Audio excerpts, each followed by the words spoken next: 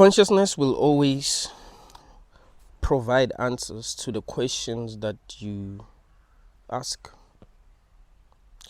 The mistake that most people make is that they ask the questions that they ask not looking for answers but looking for comfort.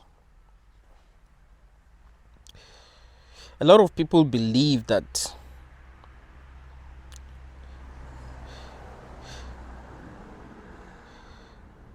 truth will provide comfort. So when consciousness provide answers to the questions that they ask, and these answers do not make them feel good,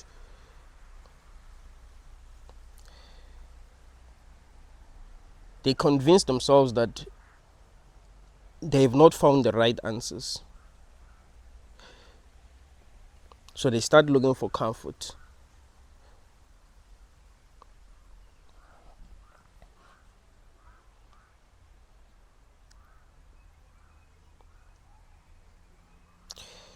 A lot of people don't have a genuine desire for truth. They just want to find comfort. They just want to feel good. They can't really handle the truth.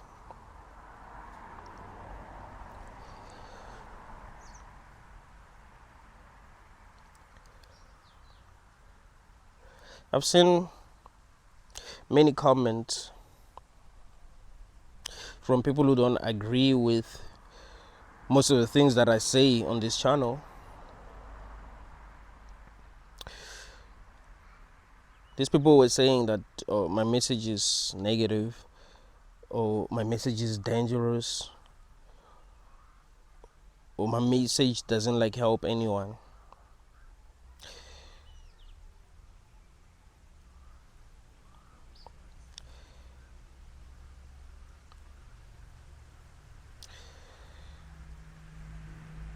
And I'll be like, they don't realize that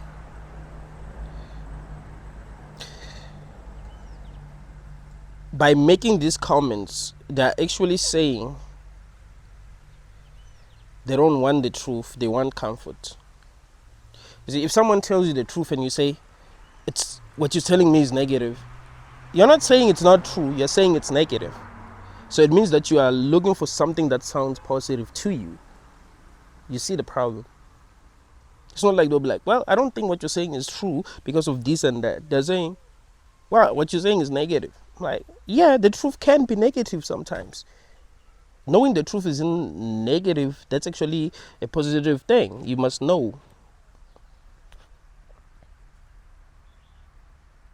So that actually makes my message positive. Like, when you really, really think about it, it just makes you feel bad for a while because you've been lying to yourself for a very long time.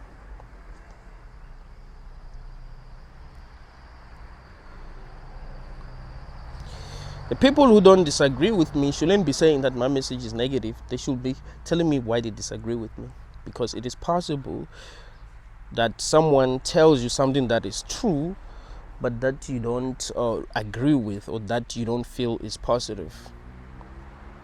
It is possible for someone to tell you something that is true that is actually dangerous. And what I've realized about the truth is that it's usually dangerous because we lie to ourselves a lot.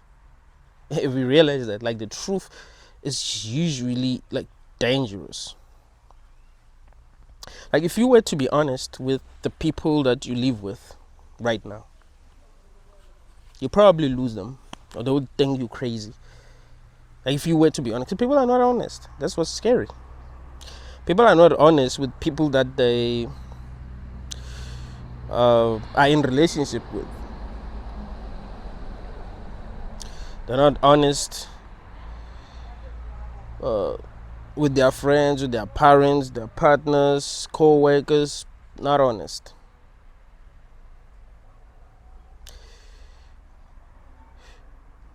They're people pleasers. People are like that. Okay, what can I say that will make this person feel good and that will not make me seem bad? What can I say? What can I say to my co-worker so that they'll feel good about me, and they don't feel bad. What can I say to my friend? What can I say to my partner? Like that's how people uh, interact with other people. They're always trying to figure out what they can say to make I mean, some people are assholes. They might try to figure out what they can say to make another person feel bad, but it's not even like something that is true. Most of the time they just be like, okay, I hate this person and I want to make them feel bad. But in most cases they trying to say what's going to make the other person feel good, especially about them. It's not even about like making the other person feel good, but it's more about them, that person feeling good about them. It's like, what can I say to this person so that they don't judge me, so that they will think highly of me, so that they will think that I'm sane, so that they will think that I'm great, so that they will think that I'm doing well. What can I say?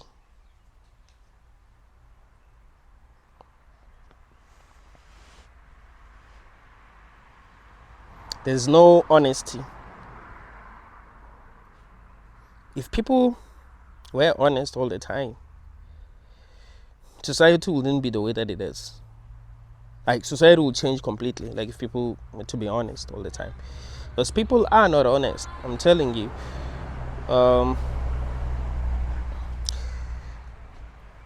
People will be honest with you about someone else, but they won't be honest with that person. If you realize that, like, they'll gossip about another person, like, okay,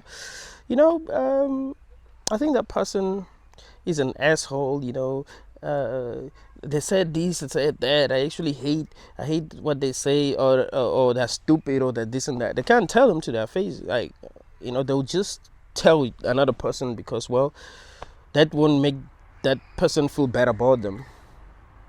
They're afraid of telling that person the truth because that person is going to feel bad about them, and they don't want to feel the person to like feel, like, to hate them. Actually, like, they're trying to survive.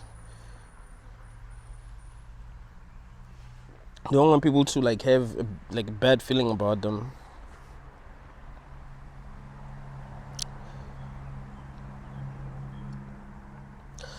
So you must realize that most people are not looking for the truth. That's why they never find the truth. They're looking for comfort. A lot of people have found comfort. That's why when they hear the truth, they're like, oh, it's negative. Because they're looking for comfort. They're not strong enough to handle the truth.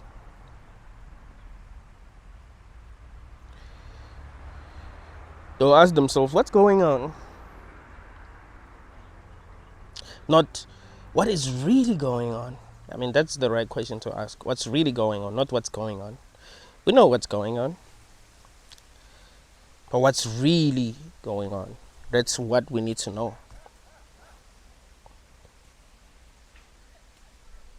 It's easy to figure out what's going on, but it's not easy to figure out what is really going on. And this channel focuses on figuring out what is really going on, because that is really important. You can't tell me that we're just gonna have this experience and not really figure out what's really going on. Like, nah, we need to know. We need to know for sure what is actually going on, so that we will know exactly what we need to do.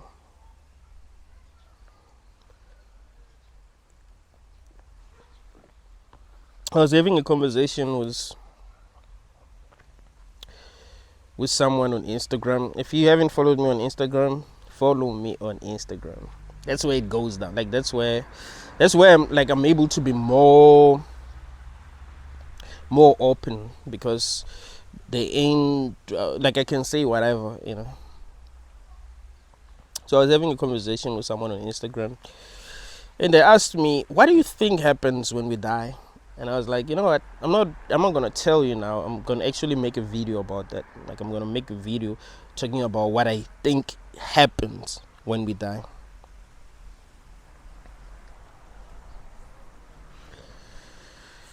A lot of people who have had near-death experiences will say, yeah, you'll meet with your loved ones, and you'll know that you've died, and Some will say don't go into the white light.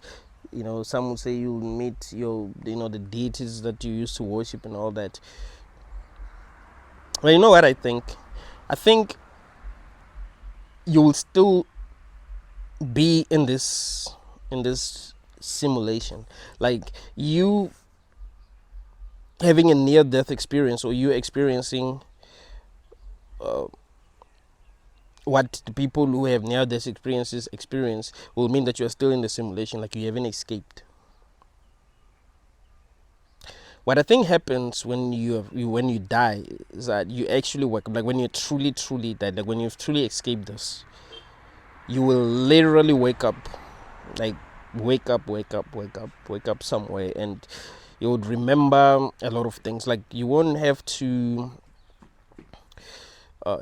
have a conversation with some beings that are going to try to manipulate you, that are going to try to make you come back and all. Like, you're not going to find yourself in a place like that. So what's going to happen is that you're going to wake up the same way that you wake up, the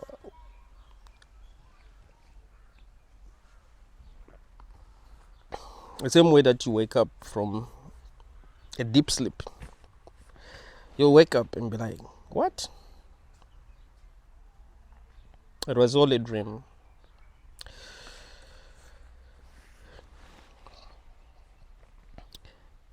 The people who have near-death experiences because they're still too attached to this realm. So they don't really die. Right. Even the people who keep on reincarnating back here, they keep on reincarnating back here because they're still too damn attached to this realm. So they don't die. They just think they died. But they're still in an energetic match to this realm, so they don't escape it. You see? So whatever people experience when they're having a near-death experience, it's not like they're having that experience because they've died. They're still in this thing. They're still in this simulation.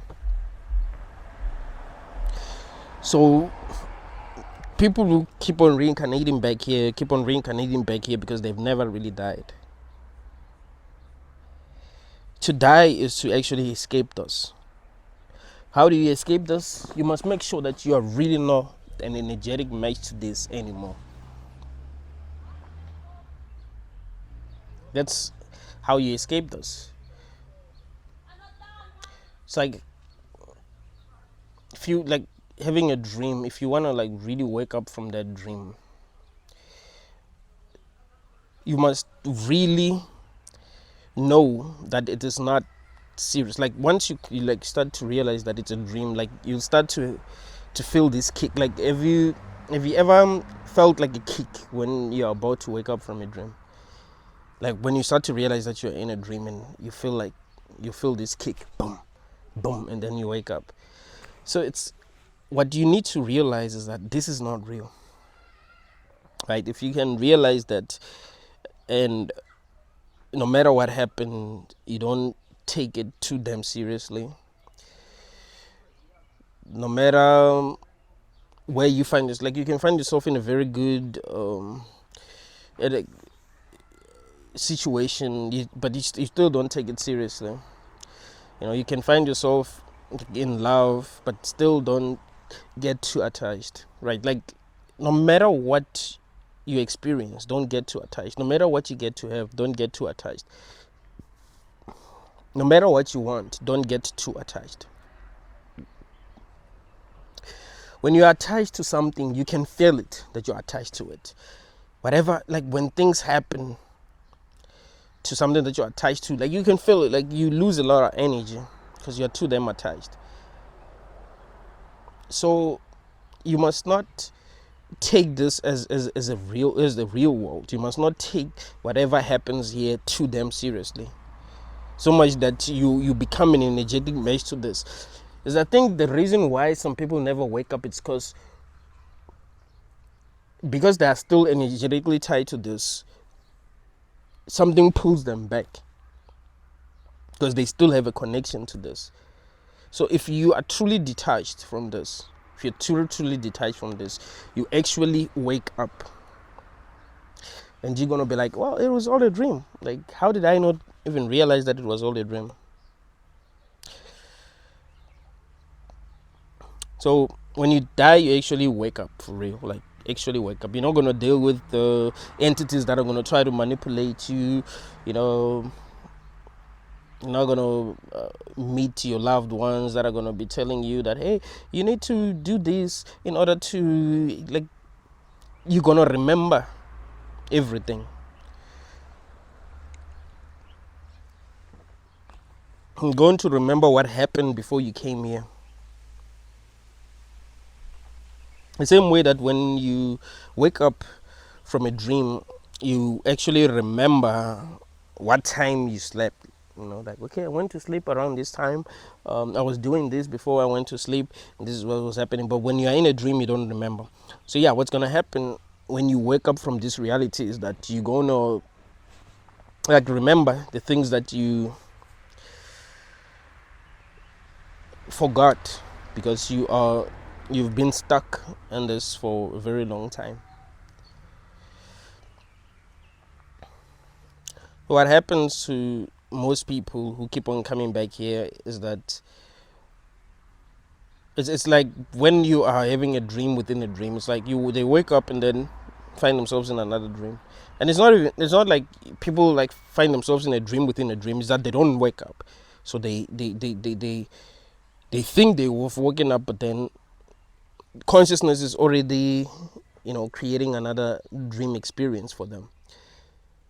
And then they think they've woken up, and then consciousness then continues to continue dreams for them. It has to do with them being too them attached to dreaming, that they don't wake up. Like, it takes time for them to wake up because they're too attached. That usually happens when you're having a dream that you take too damn seriously. Like if you have a dream that seems so damn serious that you actually take it seriously, you might have a dream within a dream. Within a dream, within a dream. What will happen is that sometimes you would have a dream within a dream without even realizing that's actually happening. So you don't actually wake up. You'd have a dream where something is happening, and then that dream ends, and then you find yourself in another dream where something else is happening, and then that dream ends, and then you find yourself in another. You know what I mean? But sometimes you can have a dream, and then you wake up. You wake up, like you have a dream, and then you wake up from that dream, but then you haven't truly woken up to this world, and then you continue to dream. But it's still like having a dream within a dream. Sometimes you have a dream within a dream within a dream within a dream. But yeah, what you must understand is that this is not real. I know that it's not easy for most people to understand that this is not real. Now, what do you mean this is not real? I mean, it's not real. You mustn't take it as a real, like you mustn't take this experience as a real experience. Yeah, having this experience as if it's real, yes, but you mustn't take it as a real experience. You mustn't believe in the background stories. You must just have this experience, watch what is happening in your life, learn to detach yourself when you feel like you are too, like you are tied to something. Whenever you feel too tied to something, learn to detach yourself. The reason why I keep on telling you guys that the best way to view life is to view life from a solipsistic standpoint is because solipsism allows you to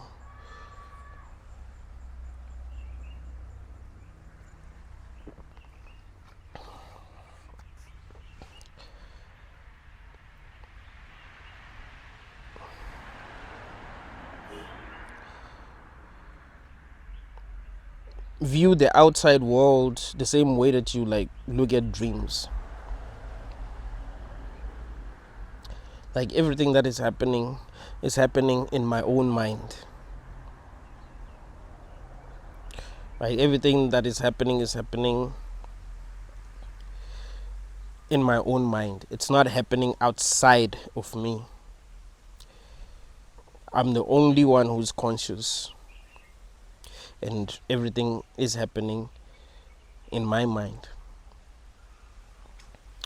That makes it easy for you to detach yourself from the things that you find yourself attached to.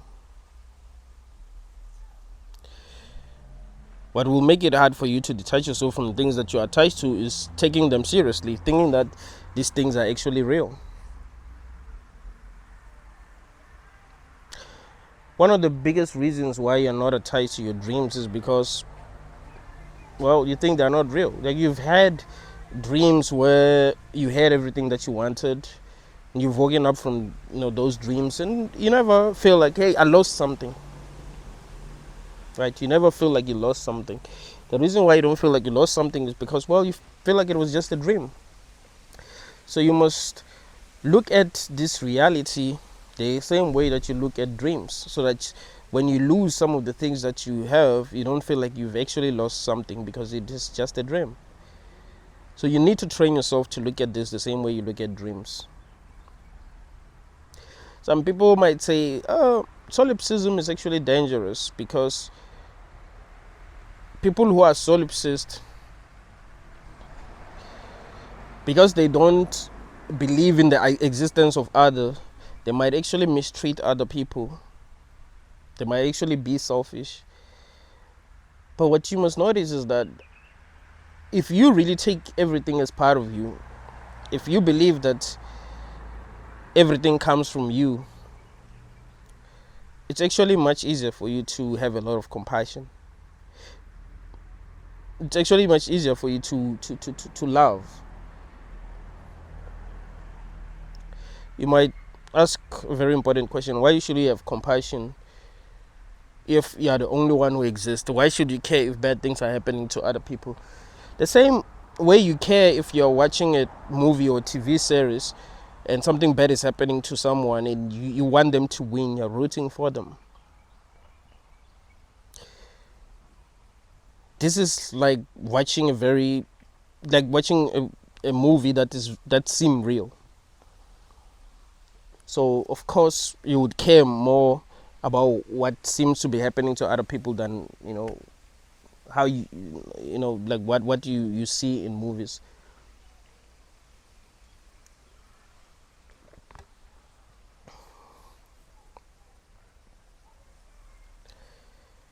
It will get to a point where you understand other people because you are taking them as part of yourself. But if you no, other people, they exist, they have their own minds, they have their own background stories, and they're separate from me. Believing that alone causes separation. Like, it makes it hard for you to understand them. So really, if a person really understands solipsism and what it really means, they will not be selfish. They will actually treat people better than the people who believe that other people exist and they have their own minds, right? Like, it's much easier to treat people better if you are a solipsist than it is if you are a materialist. Like, you believe that we live in a material universe, and each and every person have their own minds and they have their own background stories, but so you must try to view life the same way that you view dreams, because that will actually make it easier for you to detach yourself. Like, the point of this should be detaching yourself. Like, should be waking up, realizing that it was just a dream, realizing that it was never that serious. So that even if you do find yourself in the afterlife where you're dealing with some beings that who will be telling you what you need to do, or they will be trying to make you believe in them, you'd realize that they're not real. Because they're not. It's not like these people who are having near-death experiences are interacting with beings that are actually real. No, they're not. So to wake up, you'd actually have to exit the whole simulation, not be stuck in the afterlife, not be stuck in another simulation, but you'd actually have to wake up from all this that you call reality. You actually wake up and realize that all of it was a dream. All of it. Like you were dreaming. So when you die, when you truly die, you realize that you were dreaming.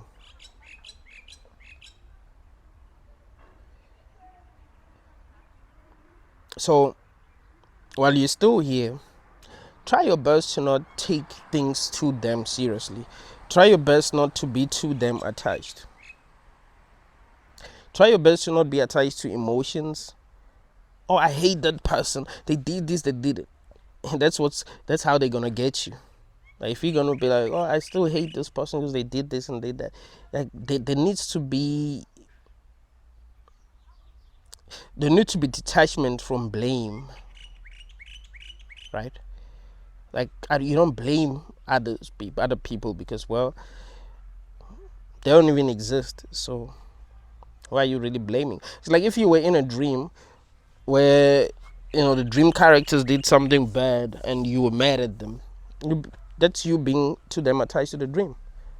You don't realize that you're dreaming, so you're like, yeah, this conscious beings did something bad. I hate them. I blame them. Like, no, they're not real. You shouldn't blame them. You should just be like, okay, fine. I'm detaching myself because I don't want to feel hatred. I'm detaching myself because I don't want to feel anger. Some people are addicted to anger. You know that? Like you're addicted to feeling anger. You want to be angry.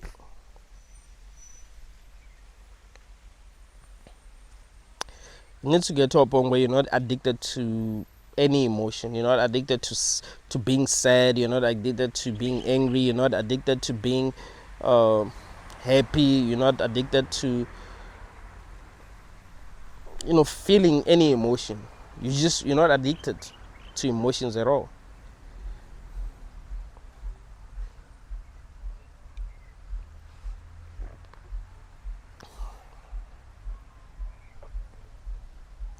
See, if you start viewing life from a solipsistic standpoint,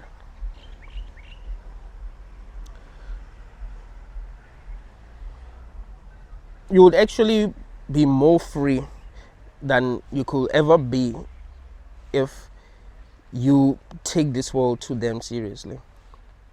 Like you won't be afraid of being judged by other people.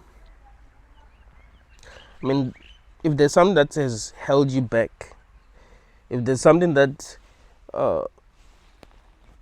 was making it hard for you to realize the truth, was fear of being judged.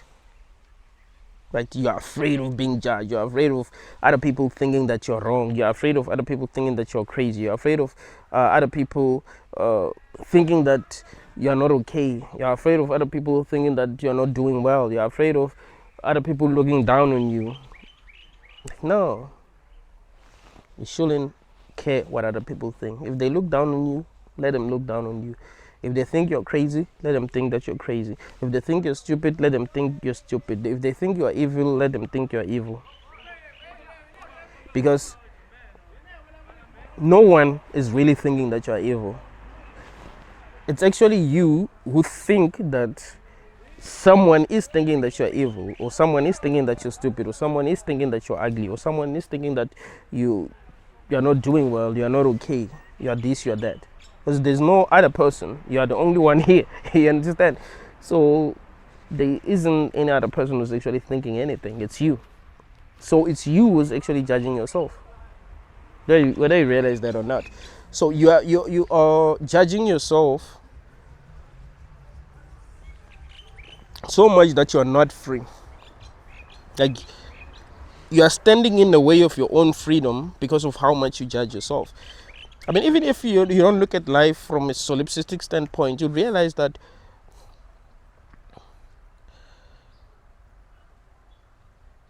no one really judges you. It's you who judges yourself. I want to give you this simple example. So there's this girl that I dated when I was in high school. She's very beautiful. So when she would see me most of the time with a friend, she would laugh. And I thought,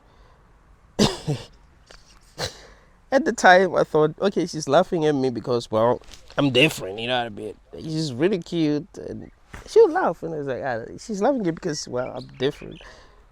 Turns out she had a crush on me.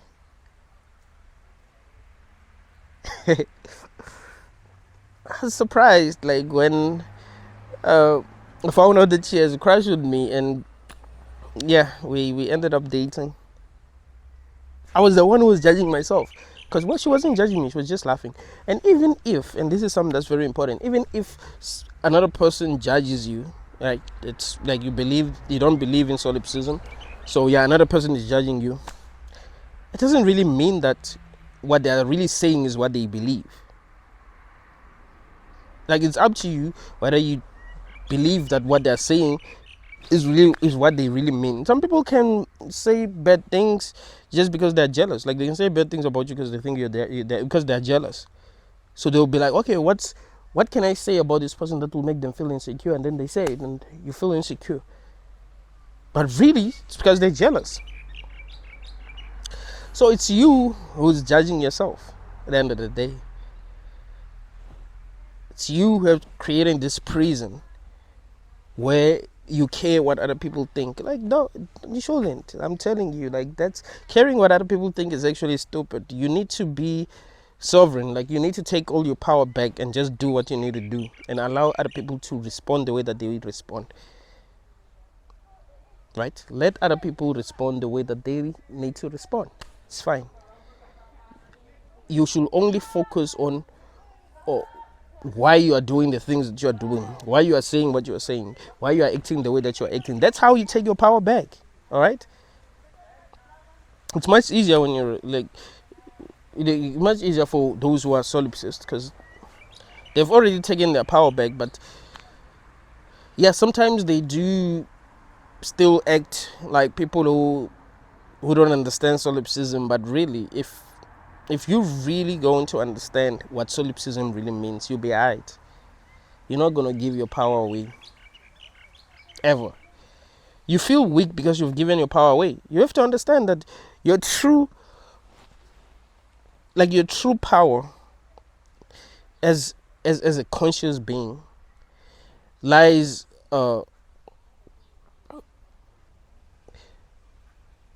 let me say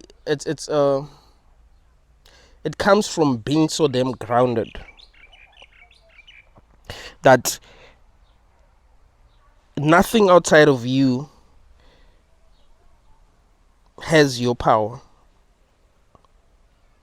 You're so damn grounded that you keep your power, like it's intent, like you know what I mean. Everything is internal. You keep it inside, and that's it. You focus on what is inside. That's it. What is happening on the outside shouldn't be affecting you. If what is happening on the outside is affecting you, it means you've given your power away. If what another person says affects you, it means you have given them power. You see? So your power must be within. That's when you are truly powerful. If you give your power away, you become powerless.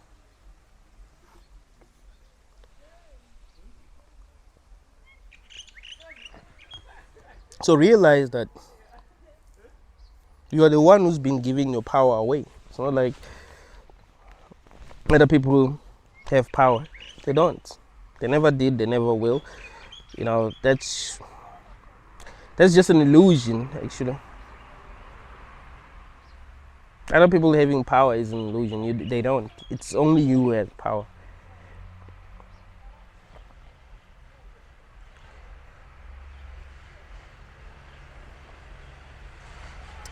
You might ask a question. What if, other people attack me? Because if really they don't have power, they shouldn't be able to attack me. They shouldn't be able to steal from me.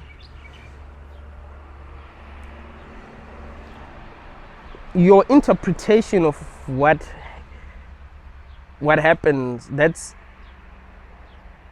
That's what's really important.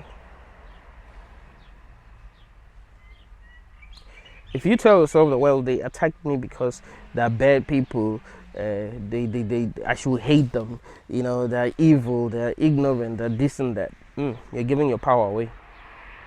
If you're gonna be like, fuck, what kind of dream is this? How the fuck did I manifest that nonsense? Shit.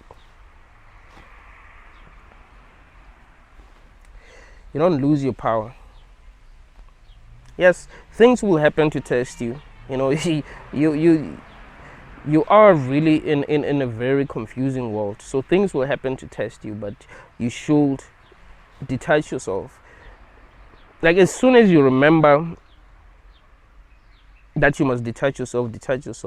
Like, don't dwell into like the problems that you have, right? Like, you detach yourself. Like, you automatically detach yourself once you remember that that's exactly what you must be doing. Like, that's what's going to help you. Whether you believe in solipsism or not, that's what's going to help you.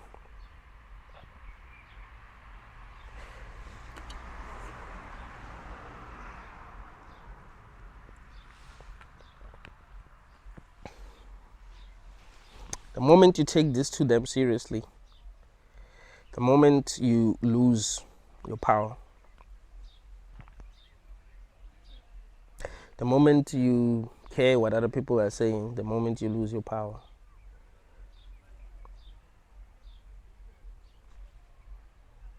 The moment you start believing in the background stories, all that, the moment you lose your power. You must really believe that the world revolves around you. As selfish as it sounds, believe that the world really revolves around you, because it does. It does. In your experience, the world actually does revolve around you. You ever realize that? Like, in your experience, the world really does revolve around you. This is your universe. Like, in your experience, this is your universe. See? But it's you. You know what you're doing? It's like, when I was young, I remember girls used to play with stones,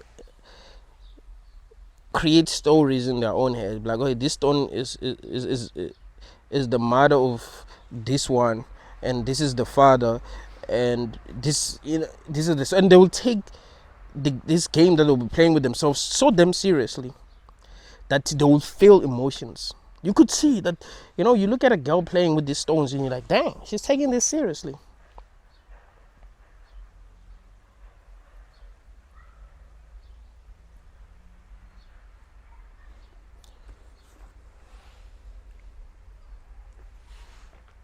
I don't know if they still, there's this thing that they call it maskitlani, like when I was growing up, that like in a class, we had these small desks. So what they will do is that they will take their pen and they draw maybe a house, and then put different stones, like, oh, these are children, this is the mother, and then they will use that pen to stab on the paper, and they will actually damage the desk. It was messed up. They'll be like, yeah, the mother is saying this and that, the mother is saying that, and you see that how serious they are. Like, they'll be so damn serious that it'll actually be funny. And I remember sometimes I'll just tune in, I'll be like, I'm actually liking the storyline here. This is really interesting. They get lost in their own imagination. Like, that is what is happening, right? You got lost in your own imagination. Like, oh yeah, other people are real. Yeah, this is what is happening. Yeah, Donald Trump did this. No, you made all that shit up. 2 years ago, I posted a video on TikTok. I used to post videos on TikTok regularly. I used to annoy a lot of people on TikTok. I posted a video talking about why, even if like all of this was real and God existed, it would be impossible to know that he exists, because you can only be sure of your own existence, and that is the truth. Meaning that even if you met God, even if God showed up, but yeah, I'm God, I still cannot experience life from his perspective. We know that people can hallucinate. People do hallucinate, right? Probably have hallucinated before. We know that people can dream. We have dreamt before. I've had dreams where I was interacting with God. Remember when I was young, I actually did have a dream where I was having a conversation with God. I forgot what the nigga was saying, but I was having a conversation with him. But it was just a dream. It's not like I had a conversation with him for real.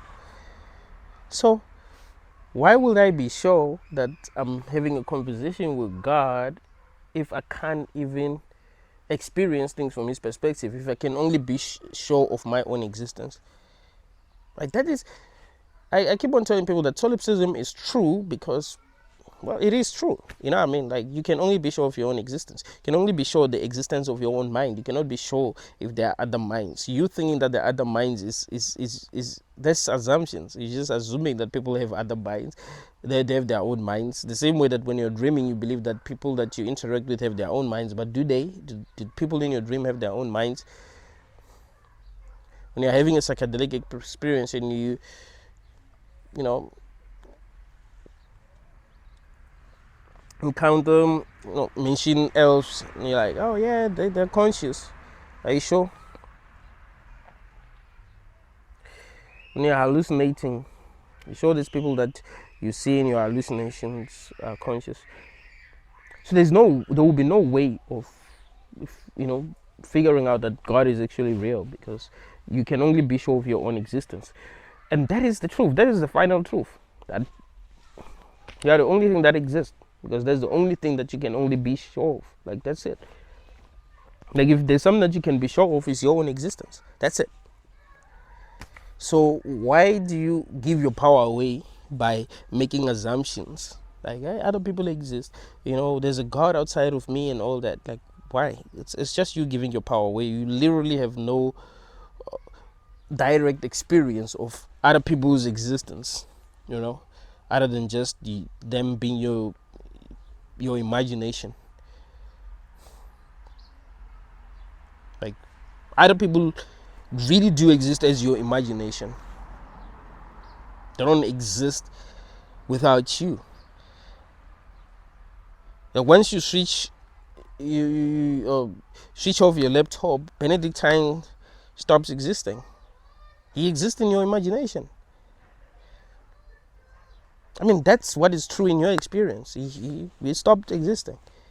You cannot say that you've experienced life from his perspective, that you actually know that he exists. It's not just a projection of your mind. You cannot say that. That would be inaccurate. Like that wouldn't be true. That would just be you lying to yourself, and it's the lies that you keep on telling yourself that keep you stuck. What I'm saying is that you must acknowledge the truth. What is true?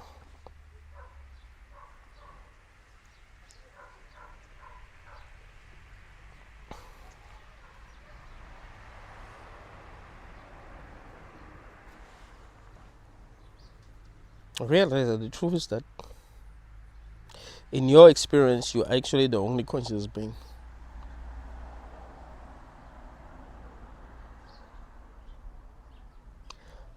And that doesn't mean that you must harm others. It's much easier to love other people if you believe that they are part of you, than if you believe that they're separate from you.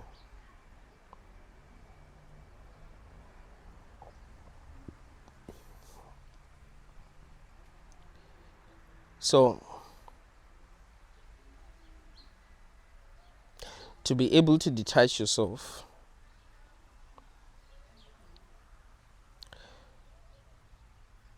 you must not be making any assumptions. You must have zero assumptions. Like, make zero assumptions about this reality.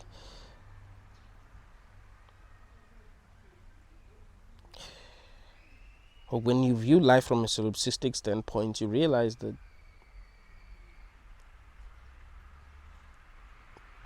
there is no assumptions. You're not assuming anything. You know that you're conscious, like for real, and that is what is true. That's what has always been true, that you're conscious.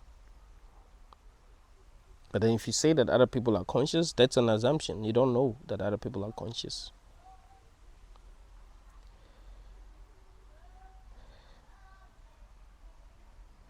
And knowing that your own mind is very much capable of creating other people, because it is. When you dream, it does, right? Doesn't it? Creates worlds, bro. Creates cars, it creates stars, it creates trees, creates you. Knowing that should make it easy for you to like believe that you are also creating this, because well, you have done that before, so you already know that it's possible. You already know that it's possible to be in a world that's created by your mind, but that you don't realize that it's being created by your mind. You already know that is possible.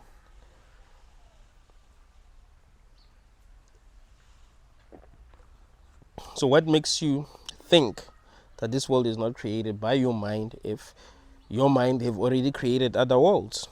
Because you have no evidence that this world was created by something outside of you, but you already have evidence that the world can be created by you. Like, you don't have evidence that the world can be created by something outside of you, right? There's zero evidence of that. But there's evidence that the world can be created by you. And not only can it be created by you, you will experience, you have an experience in that world, not even realizing that that world was created by you. You see what's crazy? So if that's already possible, what makes it so hard to believe that that's actually what's happening? Because that's what makes the most sense when you think about it, if you are going to be honest with yourself. So I'm saying to you that to truly wake up, you must realize that this is a dream, right? You must realize that this is not real. That's when you're gonna feel those kicks. Then you end up waking up. If you still attached to this and you believe that it is real, you might find yourself back here because you're not ready. You're not ready to wake up. You still want to believe that it is real. That's a sign that you're not ready to wake up.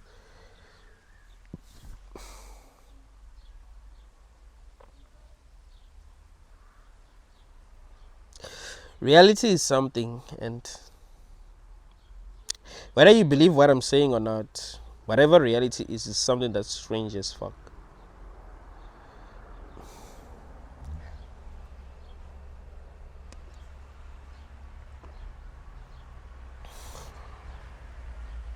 You are having an experience. So that means that there's something that is actually going on, right? What I'm telling you is that it will blow you. Like, knowing the truth will actually blow your mind.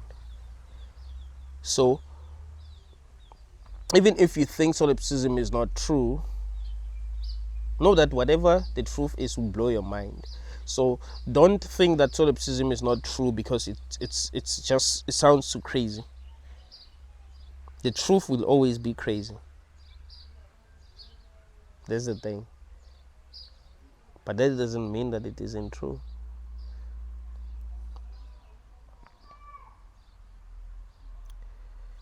So be as honest as possible with yourself.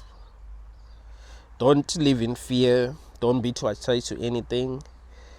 No matter what you see, man, never ever feel like powerless. Never ever give your power away. Like, act like you're sovereign, alright? Because you are. I mean, unless you stop believing that you are, when you start giving your power away, then you're not. But you are sovereign. So look at yourself that way. Look at yourself as if you're sovereign, so that no matter what happens, you are not affected in a negative way. I mean, even if you are affected in a negative way, but you don't give your power away. That's the way to go. Thank you all, guys.